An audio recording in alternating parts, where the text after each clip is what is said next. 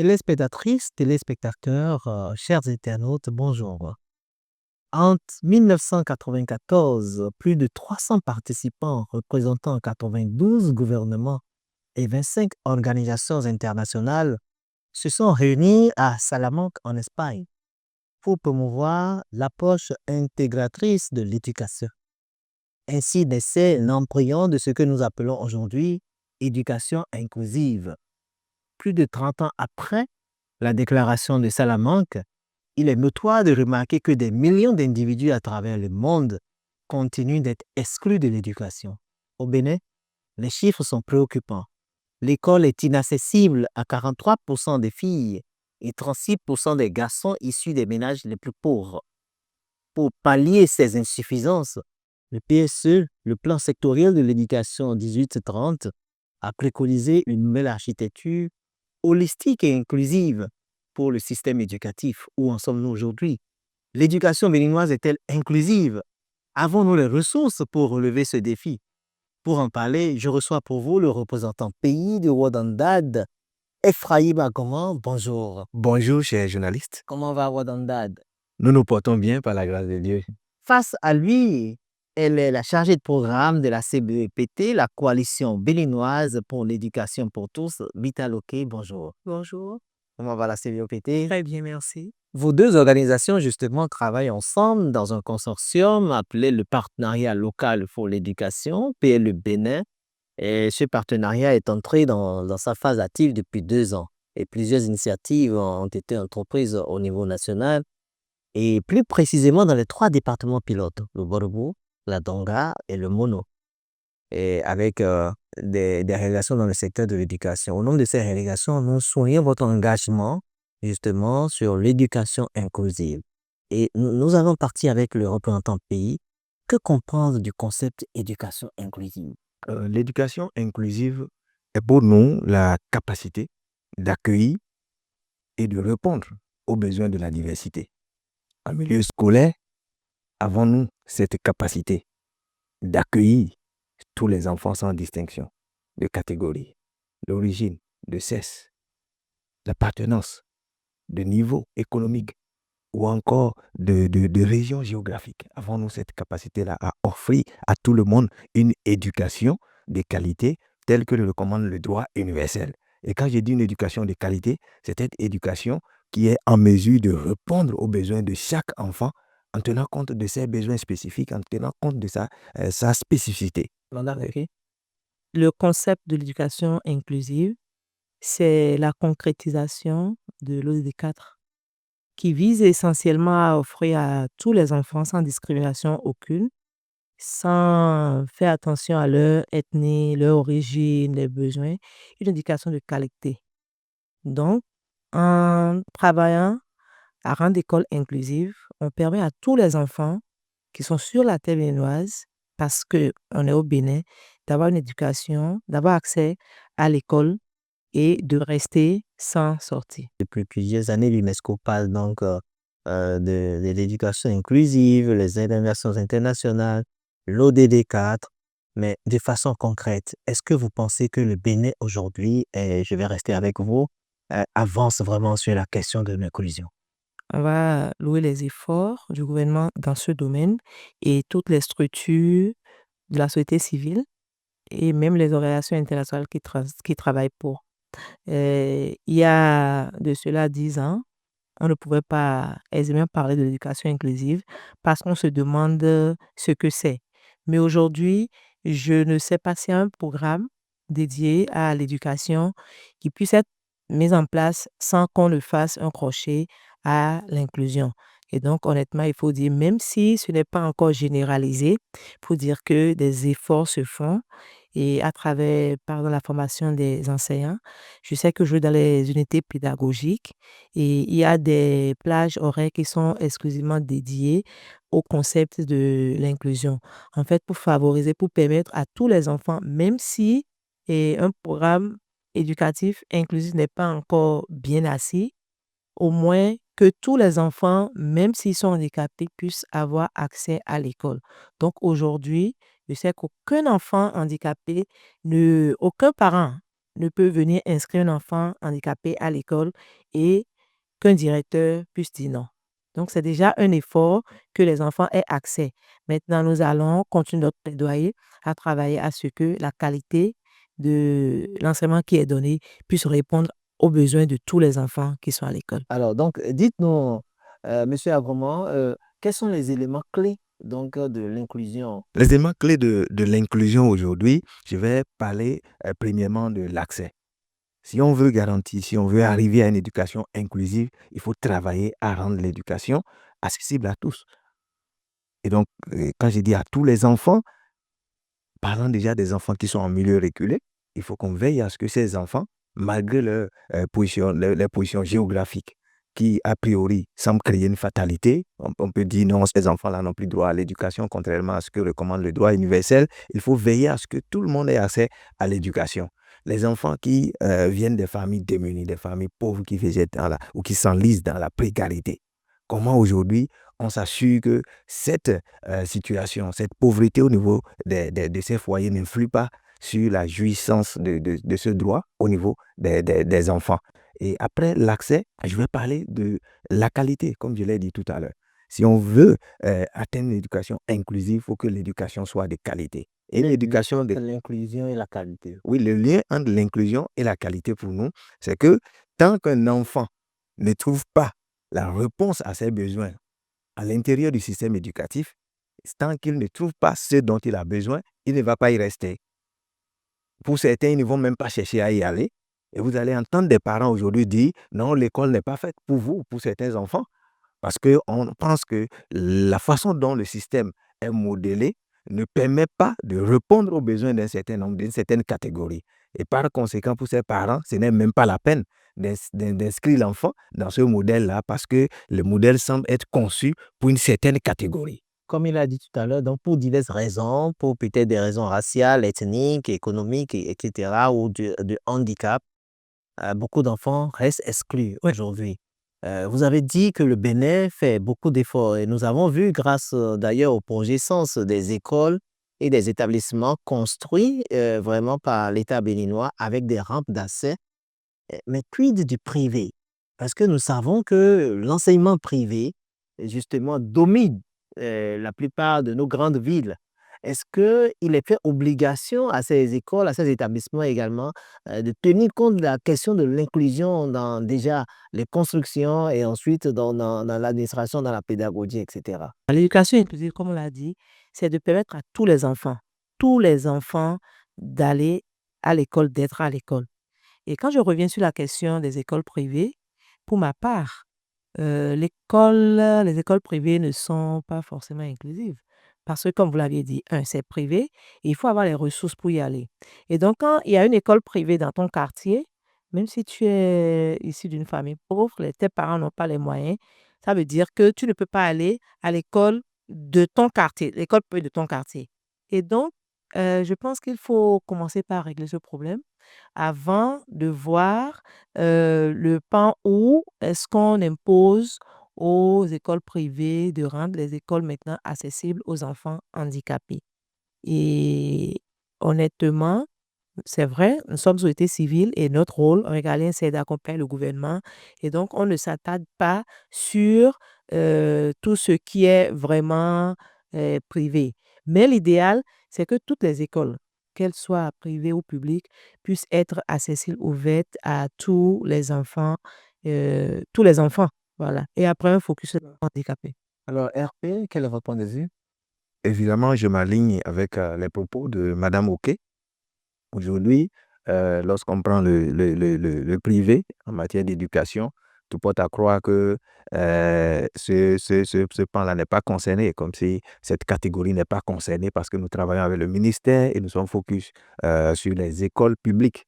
Mais je pense que nous, pour faire véritablement du système, un système inclusif, il faut également prendre en compte le privé.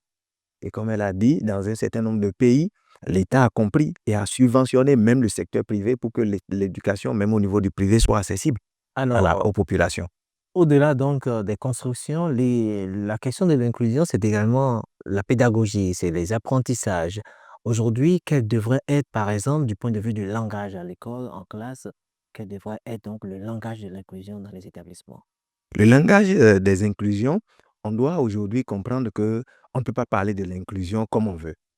Et on ne peut pas utiliser les terminologies qu'on veut, au risque d'aggraver la situation, de provoquer encore ce choc au niveau de ces personnes-là qui vivent déjà un certain nombre de préjugés, qui sont déjà stigmatisés d'une manière ou d'une autre. Et donc aujourd'hui, on est obligé d'adapter notre langage, de le rendre plus spécifique pour respecter la dignité de ces personnes-là. Et de la dignité, nous allons en parler puisque il s'agit également des valeurs pour nous lorsque nous parlons d'une éducation inclusive. Et nous avons la CBEPT qui est un partenaire clé de ce consortium-là, qui a travaillé sur cette question du langage et qui a développé aujourd'hui, qui continue, qui est encore dans ce processus-là, pour mettre à disposition de tout le monde des outils spécifiques, un vocabulaire pour mieux, mieux adapter, pour mieux parler de la question de l'inclusion et à adopter vraiment un langage adapté. Alors dites-nous, qu'est-ce qu'on devrait dire, hein? On a coutume de voir les enseignants imputer la tête, le pied, le nez, etc. Est-ce que c'est seulement les enseignants? Même en famille, hein, des thèmes moqueurs, mais qui portent atteinte à la dignité de la personne. On va faire référence à la Convention relative aux droits des personnes handicapées, laquelle convention a été ratifiée par notre pays, le Bénin, qui utilise pour désigner les personnes handicapées, il faut pas dire handicapé, mais associer l'humanisme de la personne. Donc, dire une personne handicapée. Et quand on fait, donc, comme je fais référence à la CDPH désigne les personnes handicapées comme tout individu qui présente des incapacités physiques, mentales, sensorielles et intellectuelles et qui perdurent dans le temps. Donc, ce n'est pas une situation temporaire, ce n'est pas quelqu'un qui a fait un choc et qui, pour un temps, a été obligé de garder les béquilles après. Non. Donc, il faut utiliser un langage assez respectueux, inclusif, positif, clair et sensible pour désigner les enfants handicapés. Donc, à l'école, on ne va pas dire le trisomique, l'autiste, non. Il faut toujours ajouter élève, personne, pour montrer à la personne qu'avant d'avoir ce handicap, elle est une personne.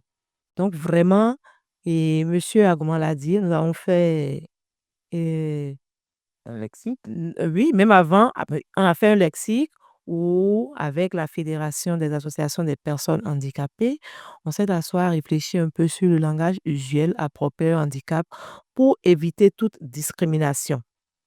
Et après ça, nous sommes passés dans 4 départements, en plus des 3 départements de mise en œuvre du projet. On a ajouté la Liborie où travailler avec le code d'encadrement, la direction départementale des enseignements maternels primaires et les circonscriptions scolaires, les CCS, CP et quelques enseignants à travailler au langage approprié. Et à un moment, on a cru que c'était vraiment un jeu, mais ils ont compris le bien fondé pour voir comment les enfants sont énervés ou les enfants se sentent mal dans leur peau quand on les appelle par exemple sourds, le sourd-muet là, où on dit tokuno et autres non. Il faut vraiment que le langage soit respectueux. Qu'est-ce que vous avez fait pour vraiment porter cette formation à l'échelle, surtout au niveau du corps d'encadrement ou des enseignants? On est en train de travailler à avoir un document, un livret où nous allons porter le plaidoyer au niveau du ministère qui est en cours et ce document serait utilisé par tout le monde, mais à l'échelle nationale, parce qu'une fois que le ministère aurait adhéré, avec l'INFRE bien sûr, qui est membre du consortium, aurait adhéré à cette terminologie sur laquelle on s'est entendu, on pourra disséminer donc ce livret pour pouvoir permettre à tout usager de l'école et donc les parents à avoir le langage qu'il faut. Monsieur Agouman, le PLE, le partenariat local pour l'éducation, c'est déjà plus de 2 ans d'activité. Quelles sont les actions concrètes qu'on peut retenir? Effectivement, c'est déjà plus de 2 ans. Le 13 octobre dernier, on a célébré 2 ans, pas avec toute la satisfaction. On est content, bien évidemment, de faire 2 ans, mais sommes-nous contents des résultats que nous souhaitons voir dans le système? Nous avons encore un point d'interrogation, mais nous nous battons, nous travaillons et nous sommes contents de l'ouverture du gouvernement, de son accompagnement, de sa disponibilité et du travail, de l'effort que fournissent tous les acteurs. Alors, Par rapport au PLE, les résultats ou les réalisations, je voudrais ressortir les axes d'intervention. Le premier axe, c'est la sensibilisation et l'accompagnement. Et ça, c'est au niveau communautaire. Il faut commencer à ce niveau-là parce que nous ne voulons laisser personne pour compte, parlant des parties prenantes de l'éducation au niveau national. Donc, avec les communautés, il faut aider les populations, les communautés à comprendre d'abord ce que c'est que l'éducation inclusive et leur faire comprendre également leur rôle dans ce processus-là. D'abord, lorsqu'un enfant est né, lorsque cet enfant est un enfant handicapé, pour certaines familles, il faut cacher cet enfant. C'est comme une honte pour la famille, il faut cacher cet enfant. C'est comme une malédiction selon nos réalités sociales, selon certaines cultures. Mais aujourd'hui, il faut montrer que le handicap n'est pas une fatalité et que l'enfant qui est handicapé a aussi le même droit que tous les autres enfants. Et c'est les parents qui doivent comprendre d'abord cela au prime abord. Et ensuite, la communauté, la société autour de cet enfant-là qui a un grand rôle à jouer. Donc, vous Donc, avez des ateliers de sensibilisation. des ateliers de sensibilisation, des formations, tout un mécanisme qui est mis en œuvre par deux organisations au sein du consortium. Je veux parler de DEDRAS, qui travaille dans le Borgou et la Donga, et de Bibdos, ONG, qui travaille dans le Mono et qui est au contact avec les écoles, mais en même temps avec les communautés autour de ces écoles-là pour réellement mobiliser tous ces acteurs et créer cette dynamique communautaire autour de l'éducation de façon générale et plus spécifiquement de l'éducation inclusive. Et l'autre chose que je vais évoquer, c'est le plaidoyer, le dialogue et le plaidoyer. Aujourd'hui, ça c'est l'AS 2, évidemment, et sous la houlette de la CBEPT, les politiques sont suivies et aussi le contact est maintenu avec l'appareil étatique, surtout le ministère de l'enseignement maternel, puisque nous travaillons beaucoup plus à ce niveau-là, maternel et primaire. Il y a beaucoup de choses qui se font déjà. Déjà même, nous avons pu élaborer un manuel avec l'appui de l'INFRE, pas élaboré, je dirais révisé, puisque ce manuel existait. Et c'est ce qui témoigne encore une fois des efforts que fournit déjà le gouvernement. À l'entame, lorsque nous avons commencé le PLE, ce manuel existait. Nous avons procédé à la révision de ce manuel pour pouvoir élargir le champ de l'inclusion dans ce manuel qui était plutôt centré sur le handicap physique, visible et tout ça. Mais aujourd'hui, pour faire de l'inclusion une question beaucoup plus large. Et ce manuel existe et nous sommes actuellement dans un processus de faire de ce manuel-là un guide d'auto-formation. Où on n'aura plus besoin d'investir des millions parce qu'il y en a d'ailleurs pas de plus en plus avec les réalités en termes de développement, de la coopération au développement, offrir les moyens à chaque enseignant de se former, de s'auto-former, d'exploiter ce manuel-là au quotidien pour enrichir ses pratiques pédagogiques dans sa salle de classe avec ses enfants. Et quels sont les éléments qui complètent justement les aspects handicap et dans ce manuel? Quels sont les nouveaux éléments que vous avez révisés? Oui, en parlant déjà du handicap, on a travaillé à démontrer que le handicap n'est pas juste physique, visible. Ce n'est pas une personne sourde muette ou alors une personne aveugle, une personne. Non, ce n'est pas de ça qu'il s'agit. Il faut aller au-delà en parlant de l'inclusion, parlant, comme je l'ai dit tout à l'heure, des questions géographiques. Montrer que déjà, parce qu'on est dans une zone géographique, on peut être exclu du système éducatif. Montrer que parce qu'on appartient à une famille pauvre, même si on n'a pas un handicap visible, qu'on peut être aussi exclu de l'éducation. Donc, vous avez parlé du deuxième axe. Est-ce qu'il y en a un troisième? Et voilà, il y a un troisième, la recherche.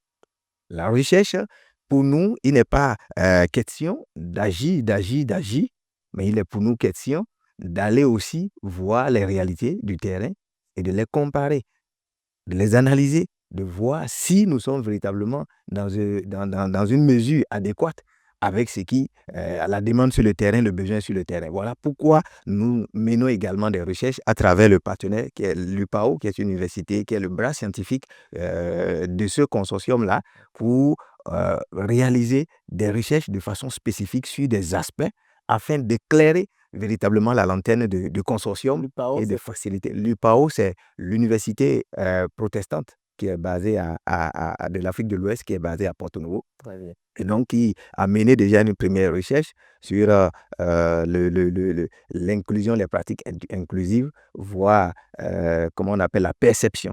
la perception des acteurs lorsqu'on dit l'éducation inclusive. Cette recherche a permis de faire la lumière sur la perception des différents acteurs aujourd'hui et de voir si ce qu'on a besoin de changer aussi sur cette perception pour véritablement mettre tous les acteurs ensemble autour de cette question-là. Et une autre recherche est également en cours actuellement sur la pédagogie différenciée que conduit également l'UPAO. Le dernier axe, si vous permettez, c'est le matériel et la formation. Très bien. Pour nous, il est important aujourd'hui d'équiper, sinon d'offrir le matériel nécessaire aux acteurs clés du système que sont les enseignants.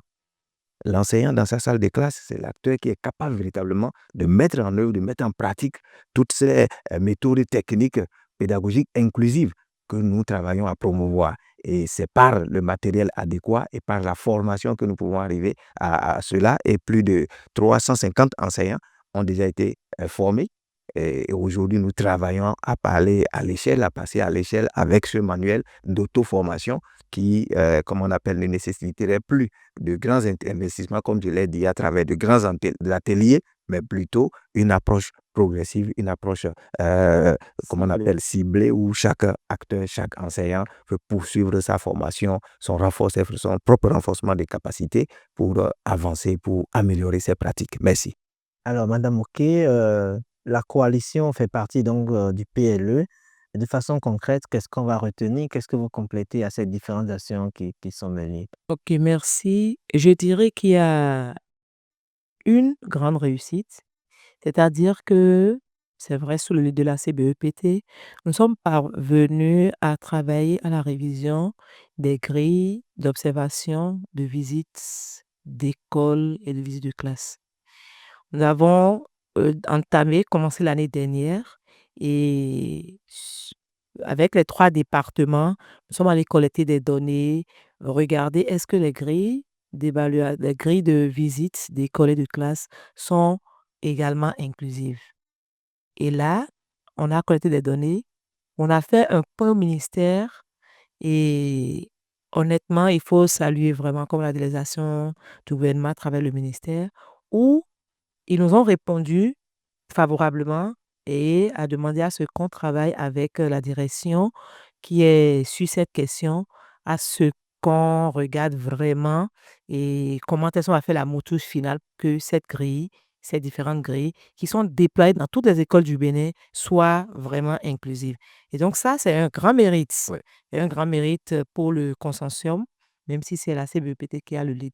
Également, il y a 9 mois environ, nous avons célébré la journée de l'éducation inclusive où on a mobilisé vraiment beaucoup d'acteurs, où on a parlé avec la communauté, comme toutes les parties prenantes.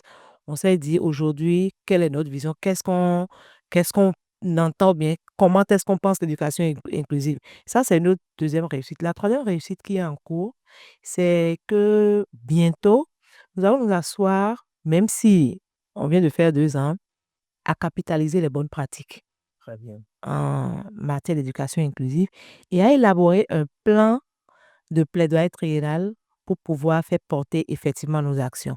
C'est vrai, nous sommes soutenus par des partenaires, mais notre vision, c'est vraiment faire porter et toutes ces questions au niveau du ministère afin que ça devienne une question de tout le monde Alors, et non une question du consortium. au premier rang des conditions de succès de ce changement attendu, on a noté les valeurs de l'inclusion. Est-ce que vous pouvez détailler un peu ces valeurs que nous devons cultiver pour donner des chances donc à ce changement? Les valeurs pour nous dans la société, de façon générale, c'est la clé même de la dignité humaine. Comment pouvons-nous bâtir l'avenir d'une nation si on met tout, si on base toute l'éducation sur les compétences? Vous imaginez un peu, quand on est compétent, quand on est techniquement bon, mais qu'on n'a pas en soi des valeurs, on peut être véritablement un monstre, on peut être une catastrophe.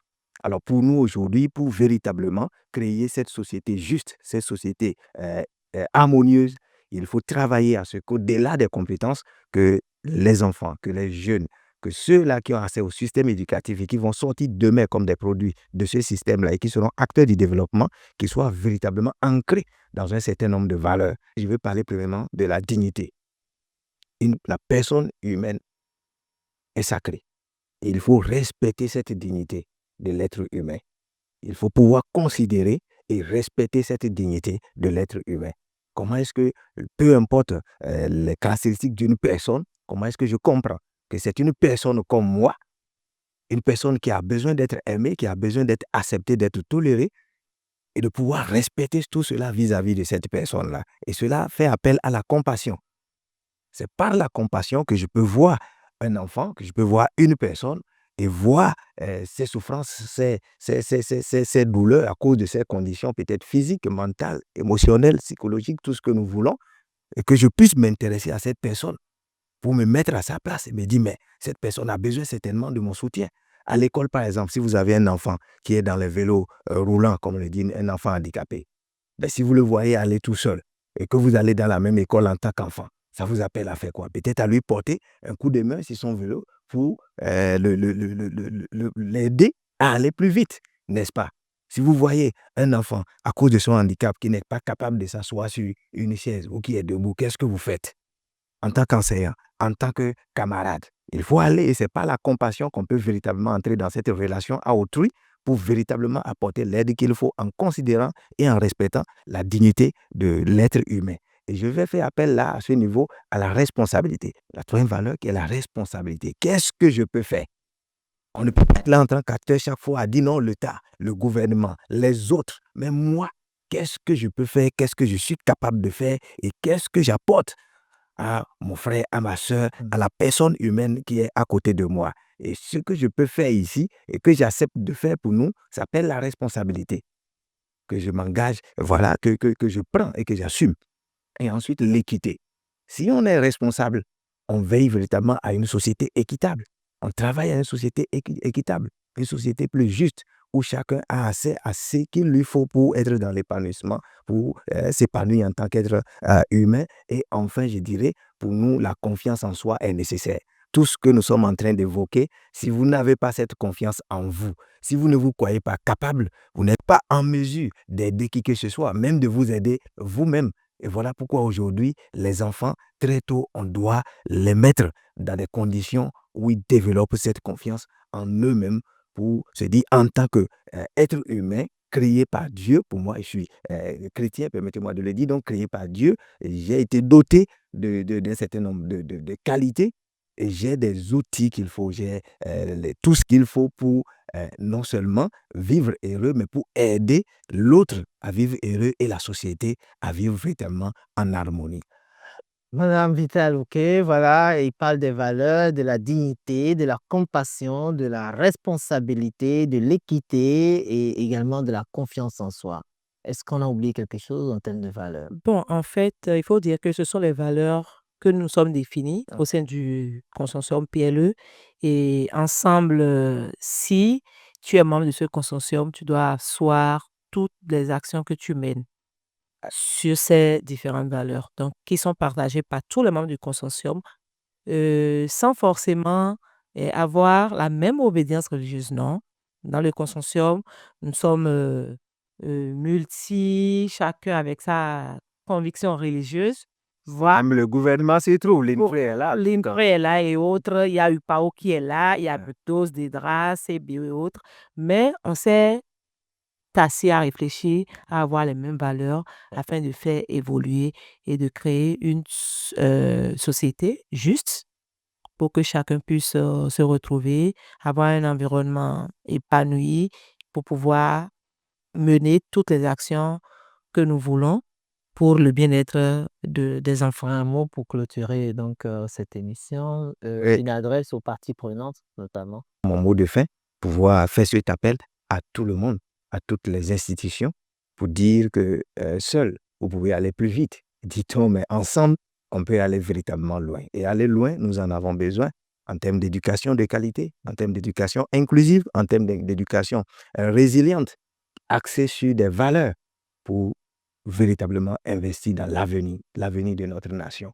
Je voudrais remercier tous les membres du consortium, remercier World and Dad qui honnêtement met les ressources financières à disposition et qui s'appuie sur nos structures, qui sont membres du consortium et qui travaillent au niveau de la base. Et remercier toutes les parties prenantes. J'ai vraiment là cité le gouvernement, mais il y a les autorités éducatives au niveau des départements, au niveau décentralisé, qui travaillent beaucoup. Donc, tous les DEDAM, tous les CCS, tous les CP, tous les enseignants qui sont au niveau communautaire, mais qui honnêtement nous appuient, qui nous facilitent le terrain, avec qui on programme les formations, les sensibilisations, qui sont prêts à tout moment parce qu'ils sont avec nous, ils marchent avec nous pour que tous les enfants soient à l'école, pour qu'à la fin, on n'ait plus d'enfants exclus. Téléspectatrices, téléspectateurs, vous l'aurez compris, nous sommes à la fin de cette émission qui a reçu deux personnalités de grande qualité, le représentant pays des Ouadandad, Ephraim Agoma, Evita Loke, la chargée des programmes de la coalition béninoise des organisations de l'éducation pour tous. Desmond Tutu, qu'on ne présente plus, disait qu'une éducation inclusive et de bonne qualité est le fondement des sociétés dynamiques et équitables. C'est donc dire que les systèmes éducatifs doivent s'adapter aux apprenants et non l'inverse. L'éducation est plus forte quand elle s'ouvre à la diversité. Le partenariat local pour l'éducation au Bénin, avec le financement de Wodandad, l'a bien compris et mobilise tous les acteurs autour donc de cette inclusion pour que davantage la qualité de l'éducation soit impactée. Croire au droit à l'éducation, c'est évidemment croire à l'inclusion. Mesdames et messieurs, bonsoir chez vous.